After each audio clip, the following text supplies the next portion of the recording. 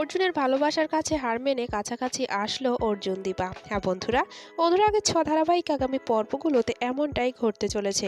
বিস্তারিত জানতে ভিডিওটি সম্পূর্ণ দেখতে থাকুন। দীপার বাবা যখন দীপাকে বোঝালো, তখন দীপা তার বাবাকে বলে যে কোনো এক সময় হয়তোবা আসবে যখন আমি আর নিজেকে ধরে রাখতে পারবো না। আমি অর্জুন তার ভালোবাসার কাছে সত্যি হয়তো হার মেনে যাব। অর্জুন এ কথা শুনে মনে ভাবতে থাকে যে আমিও সেই দিনটার জন্যই অপেক্ষা করে আছি, যে কবে তুই আমার কাছে আপন করে নিতে আসবি। দীপা সূর্যকে ভালোবেসেই বিয়ে করেছিল, কিন্তু ভালোবাসার পরে সূর্যর কাছ থেকে শুধু আঘাতই পেয়েছে।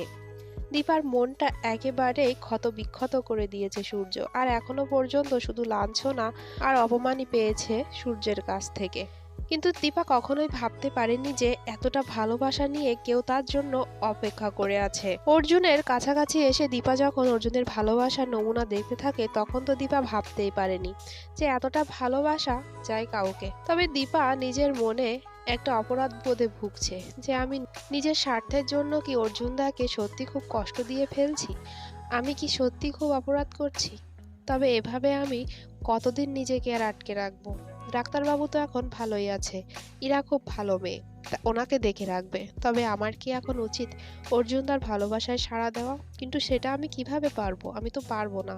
এই এক জীবনে তো শুধু একজনকেই ভালোবাসা যায়, তবে অর্জুন দাও খুব একা। আমার ভালোবাসার জন্য তো সে কাঙাল, তাহলে আর সবাই তো এটাই চায়।